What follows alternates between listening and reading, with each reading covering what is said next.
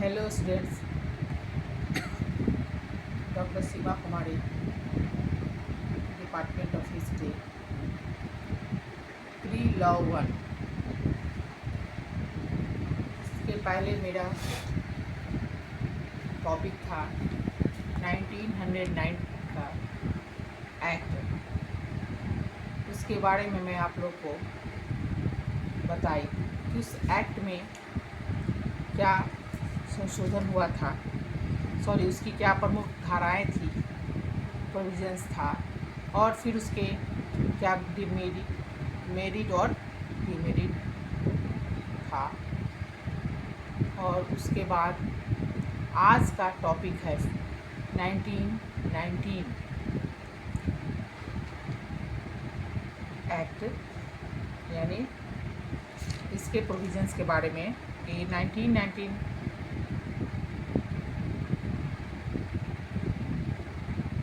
के अधिनियम की प्रमुख धाराएं या main provisions of the act of 1918। Students, इसके पहले मैं दोनों के बारे में चर्चाएं एक साथ की थी, दोनों अधिनियम के बारे में। उसके बाद मैं दोनों को पहले मैं 1909 के बारे में बताई और आज मैं उसके बारे में बता रही हूँ जो आज का टॉपिक है 1919। तो इस 1919 ईस्वी की जो धाराएँ थी, यह इसकी भी ज़रूरत क्यों पड़ी, और इसके पहले 1909 का जो यह धाराएँ अधिनियम जो बना, तो इसमें मेरिट और डिमेरिट दोनों के बारे में मैं आप लोग को पॉइंट वाइज बताई, और इससे भारतीय जनता को क्यों असंतोष हुआ, और फिर 1919 का यह अधिनियम क्यों बना, क्या कारण था। तो स्टूडेंट्स, हम देखते हैं कि 1919 ईस्वी के 1919 ईस्वी में सरकार द्वारा एक अधिनियम पारित किया गया। जो यह 1919 में जो यह अधिनियम पारित किया गया, वह उस अधिनियम को मॉन्टेग्यू चेम्सफोर्ड अधिनियम के नाम से प्रख्यात है। चेम्सफोर्ड उस समय वायसराय था तथा मॉन्टेग्यू भारत सचिव, दोनों दो पद पे थे। इन्हीं के नाम से इस अधिनियम का यह नाम पड़ा, इन्हीं दोनों के नाम से इस एक्ट का नाम पड़ा। तो यह इम्पॉर्टेंट नाम है। इस अधिनियम का जो नाम पड़ा वह मॉन्टेग्यू चेम्सफोर्ड एक्ट। तो आप लोग इस एक्ट का नाम समझ गया कि क्यों पड़ा। एक यहाँ के वायसराय थे और दूसरा यहाँ के सचिव थे। तो इसके उत्तरदायी, इसके कारण यह जो एक्ट बना, इसका क्या क्या कारण हुआ और यह एक्ट क्यों हुआ, मैं थोड़ा संक्षेप में बता रही हूँ। पूरा डिटेल्स में, और टाइम है कम है, सिलेबस लगभग आप लोग का कंप्लीट हो चुका है, तो 4 और टॉपिक है जो मैं आप लोग को बता दूँगी। तो यह इसके बहुत सारे कारण थे। पहला था जो मार्ले मिंटो के बारे में आप लोग को मैं बता चुकी हूँ, मार्ले मिंटो अधिनियम के प्रति असंतोष। तो यह असंतोष की भावना क्यों हुआ, तो यह असंतोष आपको मैं इसके पहले वाले क्लास में भी बताई थी कि यह मार्ले मिंटो अधिनियम एक्ट जो बना था, और इस एक्ट में इधर जनता, भारतीय जनता की तरफ से क्या था और अंग्रेज सरकार की तरफ से क्या किया गया। तो 1909 ईस्वी में पारित मार्ले मिंटो अधिनियम से भारतीयों को बहुत अपेक्षाएं थी, उम्मीद था, किंतु इसे पारित होने पर भारतीयों को बहुत निराशा हुई। उम्मीद तो बहुत बनी हुई थी। जब इस एक्ट को पारित किया गया, लागू किया गया, तो इससे बहुत निराशा हाथ लगी, निराश हो गए भारत के जनता।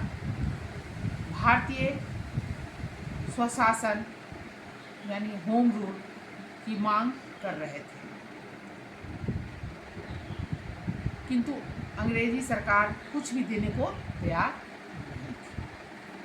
भारतीयों में व्यापक असंतोष का उत्पन्न होना स्वाभाविक था।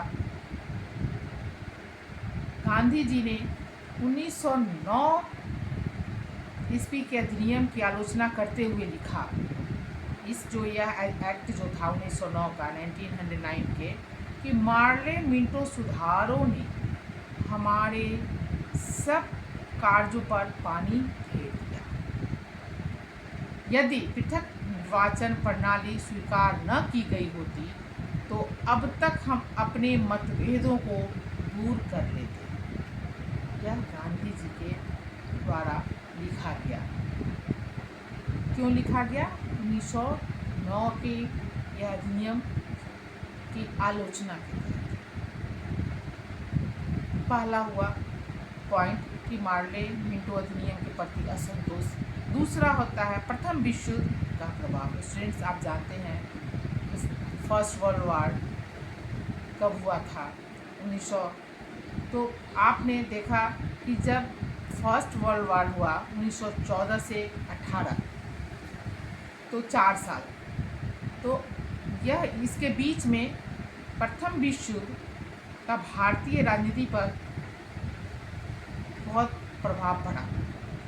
भारतीयों ने अंग्रेजी सरकार से तमाम मतभेद होते हुए भी इस युद्ध में अंग्रेजों की सहायता की।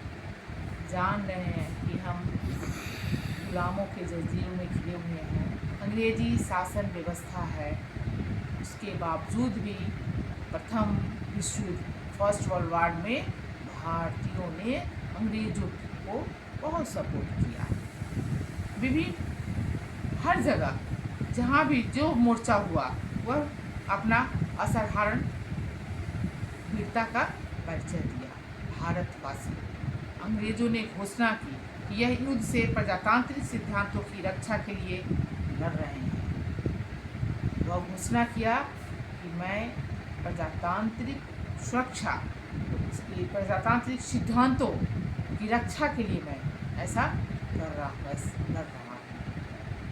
इस युद्ध में भाग लेकर भारतीयों में भी प्रजातांत्रिक भावनाएं प्रबल हुई। जिस प्रकार से भारतीयों ने अंग्रेजों का साथ दिया था, उससे उन्हें विश्वास होने लगा था कि युद्ध की समाप्ति के बाद भारत को स्वायत्त शासन यानी होम रूल दे दिया जाएगा। भारतीयों ने अपना उम्मीद लगाए बैठे हुए था कि हम लोग मन से अंग्रेजों का साथ दिया है तो अंग्रेज इसके बाद हमारा होम रूल दे दिया जाएगा। लेकिन इसके विपरीत हो रहा था। प्रथम विश्व युद्ध का एक अन्य परिणाम यह भी हुआ कि इसमें भारतीय मुसलमान अंग्रेजों को विरुद्ध हो गए, क्योंकि अंग्रेजों ने उन्हें छला था। मैं आपको 1909 अधिनियम के तहत भी मैं बताई थी कि इसमें क्या क्या गुण था, कैसे अंग्रेज ने सांप्रदायिकता फिर मुसलमानों के प्रति कैसे हुआ उसको पसंद करना चाहता था। इस सब बिंदुओं पर चर्चाएं हो चुकी है। लेकिन जब प्रथम विश्व युद्ध के बाद अंग्रेजों से मुसलमान समझ गए उसकी चाल और वह उसके विरुद्ध हो गया। हिंदू मुसलमान में पारस्परिक सहयोग बढ़ा, दोनों में आपस में भाईचारा होना शुरू हो गया, जो अंग्रेज तोड़ना चाहता था। 1919 ईस्वी का अधिनियम पारित करके अंग्रेजों ने भारतीयों को संतुष्ट करने का प्रयास किया। तीसरा पॉइंट है क्रांतिकारी आंदोलन। चौथा है उदारवादी और उग्रवादी में समझौता। उदारवादी और उग्रवादी में भी के बारे में भी मैं आप लोग को बता चुकी। तो क्रांतिकारी आंदोलन जो हुआ यह क्या था? 1909 ईस्वी के अधिनियम के कारण भारतीयों में जो असंतोष बढ़ा, परिणाम स्वरूप अनेक उग्रवादी और क्रांतिकारी में परिणत होने लगे। रास बिहारी बोस ने वायसराय लॉर्ड हार्डिंग पर बम फेंका। आक्रोश में उसने बम फेंका। कौन फेंका? रास बिहारी बोस। विदेशों में भी क्रांतिकारियों ने अपने अड्डे स्थापित किए और भारत में क्रांतिकारी गतिविधियों में कार्यरत हुआ सहायता। इस दिशा में गदर पार्टी, गदर दल का नाम उल्लेखनीय है, जो आप लोग जानते हुएगा, गदर दल। इसकी सहायता से क्रांतिकारियों ने सरकार का कत्था उलटने का प्रयास किया कि मैं इसी तरह सरकार को, भारत से अंग्रेजी सरकार को मैं यहाँ से भगाऊंगा, मैं अपना स्वतंत्रता पाऊंगा।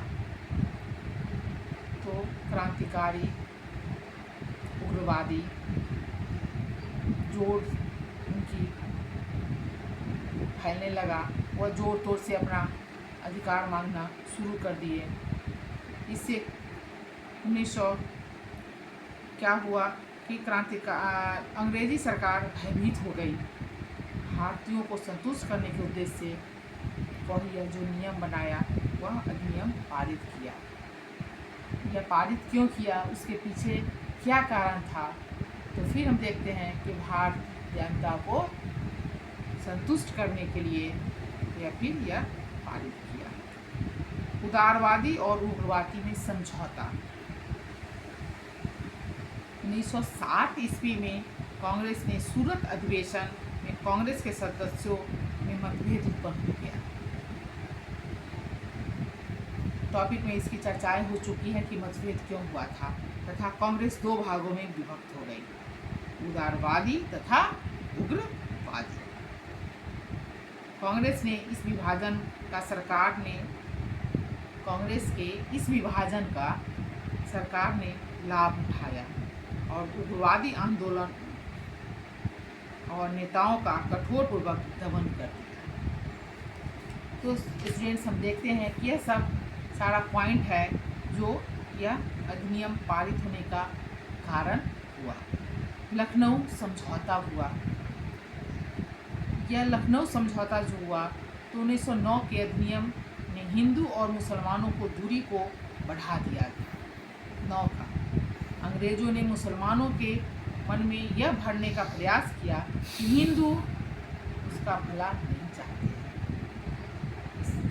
मैं पहले जो बताई थी पहले की क्लास में कि 1909 के अधिनियम के तहत पारित हुआ और कैसे वह मुसलमानों को प्रसन्न करना चाहता था। तो यह कूट का भरना शुरू किया कि हिंदू और मुसलमानों को दोनों की दूरी को बढ़ा रहा था, और वह बार बार यह कहता था कि हिंदू आपकी तैसी नहीं है, आपको वह भला नहीं चाहते हैं, यह अंग्रेज तोड़ना चाहता था। किंतु 1912 में जब बंगाल के विभाजन को समाप्त कर दिया गया, तो मुसलमानों की गहरा आघात पहुंचा और वे पुनः कांग्रेस के समीप आने का प्रयत्न करने लगा। जब उसे ठेस लगता था, तो उसको समझ में आता था कि नहीं, यह अंग्रेज हमें तोड़ना चाहता है, दोनों को अलग करना चाहता है। और 1916 में लखनऊ में कांग्रेस और मुस्लिम लीग में समझौता हो गया, जिसे लखनऊ समझौता कहा गया। यह दोनों का समझौता कहाँ हुआ? तो लखनऊ में हुआ। फिर देखते हैं नेक्स्ट पॉइंट कि महात्मा गांधी और भारतीय राजनीति में बदलाव, या कि महात्मा गांधी और भारतीय राजनीति। तो महात्मा गांधी 1915 ईस्वी में दक्षिण अफ्रीका से भारत आए। स्टूडेंट्स, आप सभी जानते हैं कि महात्मा गांधी दक्षिण अफ्रीका थे, और वह कब भारत लौट के आए? तो 1915 में। जब वह भारत लौट के आए, तो भारत की स्थिति को समझने में उन्हें 2 वर्ष का समय लगा।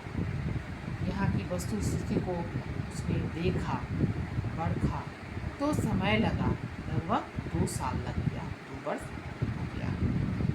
उसके बाद वह राजनीति में सक्रिय होते गए, पूर्ण रूपेण वह उतर गए और भारतीयों में राष्ट्रीयता की भावना को वह प्रबल करने लगे, बढ़ाने लगे। 2 साल में यह भारत की स्थिति को पहले आंखें देखे और उसके बाद वह भारत के जनता के साथ वह इस संग्राम में कूदे और उनको प्रबल, उनकी इच्छा को वह प्रबल करने लगे। अंग्रेज सरकार महात्मा गांधी की दक्षिण अफ्रीका में सफलता देख चुकी थी, अतः उनकी क्षमता से परिचित भी थी। इस अधिनियम को पारित करने के लिए सरकार विवश हुई, क्योंकि गांधी जी दक्षिण अफ्रीका में, आप लोग जानते हैं, जब वहाँ हुआ था तो वहाँ भी वह उस दंगा में अपना काम किए थे और अंग्रेज इस चीज़ को समझ रहा था।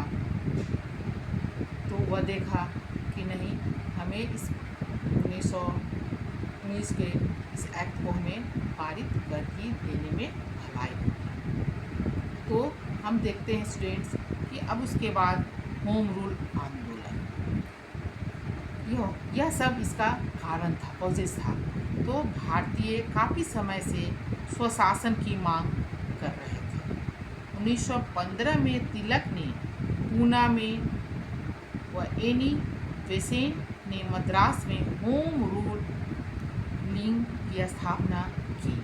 मद्रास में होम रूल लीग की स्थापना की और तथा होम रूल आंदोलन आरंभ किया। यह आंदोलन शीघ्र ही अत्यंत प्रबल हो गया। अनेक प्रमुख इसके नेताएं भी इसमें समर्थन किए। होम रूल आंदोलन में बहुत सारे नेताएं इसमें अपना सहयोग किए, साथ दिए, सहयोग नहीं साथ दिए, इसमें उतरे, साथ में आए। इस आंदोलन ने संपूर्ण भारत में राष्ट्रीयता का भावना प्रभावित किया। अंग्रेज सरकार जो थी, अंग्रेजी सरकार शक्तिशाली होते हुए भी इस आंदोलन से घबरा उठी। वह एनी बेसेंट को बंदी बना दिया गया, किंतु इसका परिणाम उल्टा हुआ।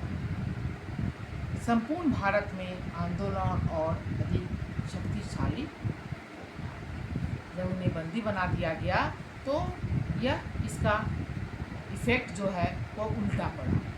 पूरे भारत में यह आंदोलन और शक्तिशाली हो गया। हम देखते हैं कि यह सब जो पॉइंट है, यह सब भारतीय अधिनियम के कारण उत्तरदायी थे। इसके अब देखते हैं कि इसकी प्रमुख धाराएं क्या था। Provisions of the act of 1919। तो इसका प्रमुख धाराएं 1917 ईस्वी में की गई भारतीय सचिव, जो मैं पहले ही बताई थी कि नाम की मॉडलेमिंटो, तो वह आपका यहाँ पे है। यह भारत के जो सचिव की घोषणा के आधार पर 1909 के अधिनियम की धाराएं का निर्माण किया गया। 1909 ईस्वी के अधिनियम की प्रमुख धाराएं निम्नलिखित थी। तो यह धाराएं निम्नलिखित क्या क्या थी, तो मैं थोड़ा शॉर्ट में आप लोग को इसका पॉइंट बता रही हूँ। आप इसको ज़रूर पढ़िएगा, क्योंकि आप जानते हैं कि मैं पहले ही बताई कि यह जो एक्ट पास हुआ इसका नाम क्या पड़ा, तो मॉन्टेग्यू जेम्स फोर्ड अधिनियम के नाम से। और दोनों, एक यहाँ के वायसराय और दूसरा सचिव। पहला था पॉइंट इसका है कि भारत सचिव और इंग्लैंड की संसद में भारतीय शासन पर नियंत्रण में कमी की गई। भारत सचिव के कार्यकाल का संपूर्ण खर्च भी ब्रिटिश राजस्व से ही लिया जाना था। इससे पहले यह खर्च भारतीय राजस्व में लिया जाता था, जिसका भारतीय विरोध कर रहे थे।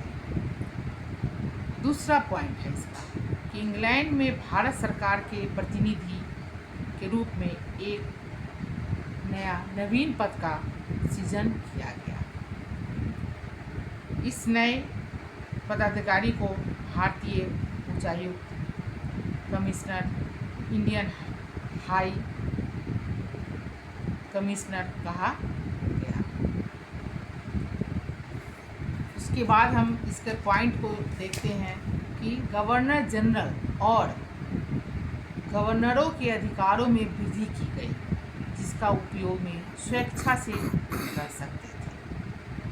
भारतीयों की यह मांग कि सांप्रदायिक चुनाव पद्धति समान कर दिया जाए, जो स्वीकार नहीं किया गया। उसके बाद नेक्स्ट पॉइंट, केंद्रीय शासन व्यवस्था में उत्तरदायी शासन लागू किया गया। अतः केंद्रीय शासन पूर्वक स्वेच्छाचारी तथा नौकरशाही के नियंत्रण में ही रहा।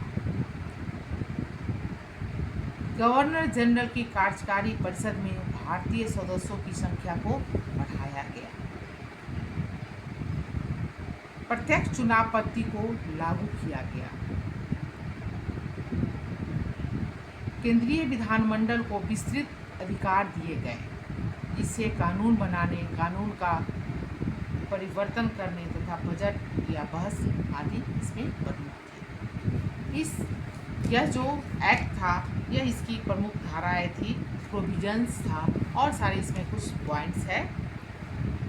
अब यह भारतीय प्रशासन कैसे इसकी था सुरक्षा, केंद्रीय और प्रांतीय सुरक्षा, विदेशी माले, राजनीतिक संबंध, वित्त, चिकित्सा, सार्वजनिक स्थान, यह सब, सफाई, शिक्षा आदि, यह सभी इसमें पॉइंट है। क्योंकि प्रांतों में उत्तरदायी शासन लागू करने का प्रयत्न किया गया, प्रांतीय मामलों में स्वायत्तता प्रदान की गई।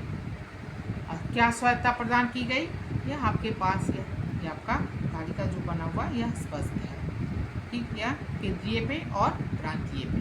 केंद्रीय पे क्या था, सुरक्षा, विदेशी मामले, राजनीतिक संबंध, वित्त, और प्रांतीय पर था चिकित्सा, सार्वजनिक स्वास्थ्य, सफाई, शिक्षा आदि।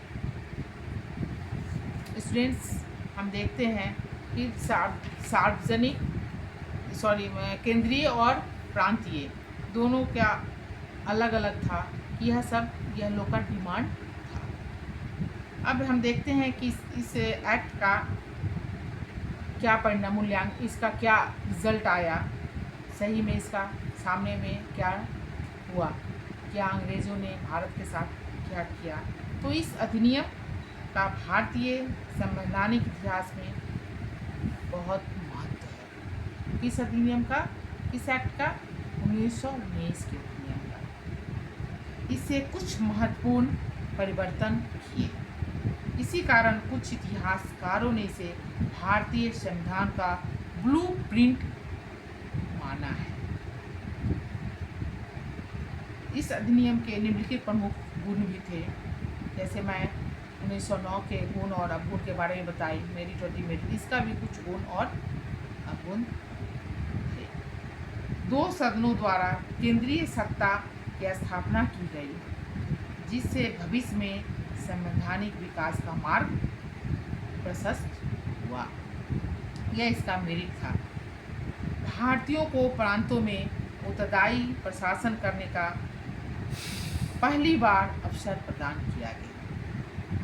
विभागों के राजनीतिक अध्यक्ष भारतीयों के होने के कारण सेवाओं के भारतीयकरण में सहायता मिली। इसके बाद हम देखते हैं और सारे इसका गुण है, और इसमें कुछ डिमेरिट भी हुआ जो आपके मैं बताऊंगी अभी, कि अंग्रेज़ों द्वारा इस अधिनियम को पारित करना, भारतीयों द्वारा स्वीकार करना, दोनों ही बातें अनुचित है।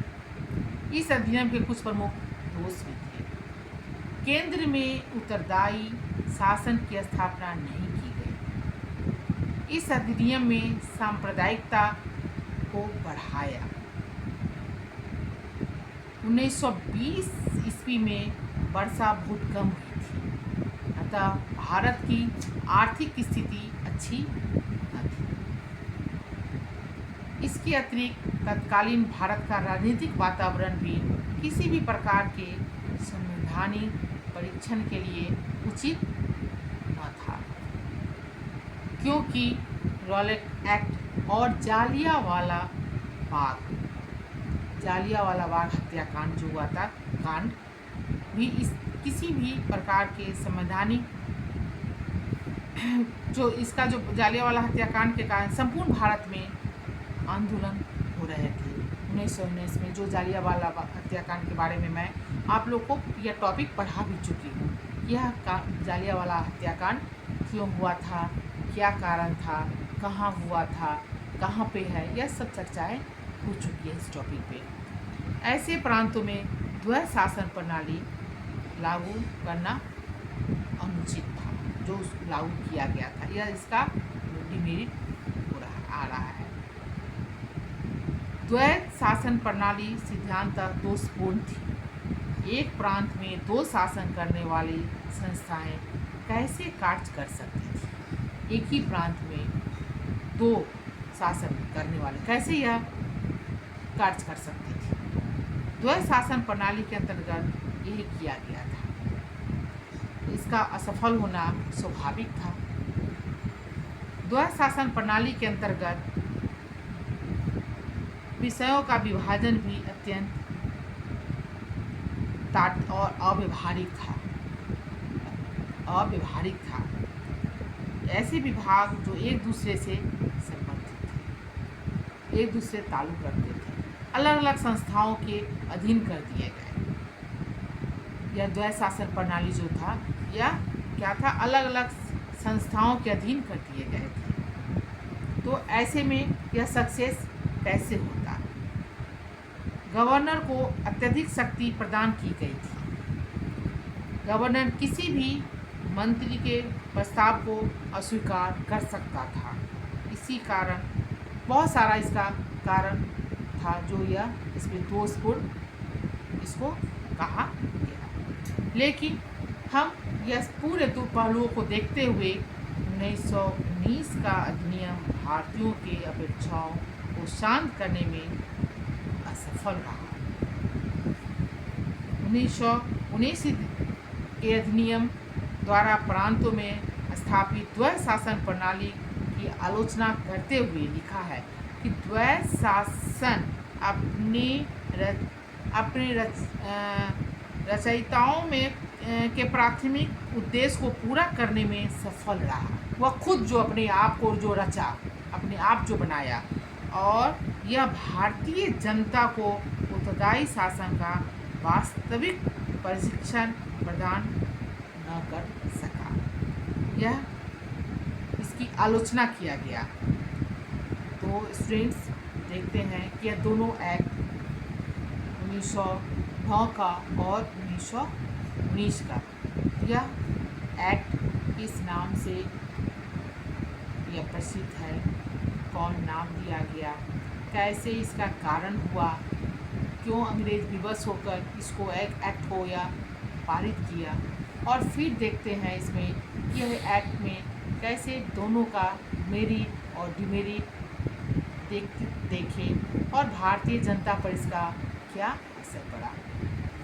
अब आप लोग का कुछ टॉपिक बचा हुआ है जो मैं कल भी आप लोग को बताई थी, वो 3-4 दिन में जब भी होगा आप लोग का ख़त्म मैं कर दूंगी। आप लोग को अगर कोई टॉपिक और पढ़ने की इच्छा हो इतिहास में तो आप व्हाट्सएप पे दे सकते हैं, कॉल कर सकते हैं, मैं उसके बारे में भी आप लोग को बताऊंगी। नेक्स्ट क्लास में मैं आप लोग को खिलाफत आंदोलन के बारे में बताऊंगी, या खिलाफत आंदोलन क्या था, कैसे हुआ। धन्यवाद।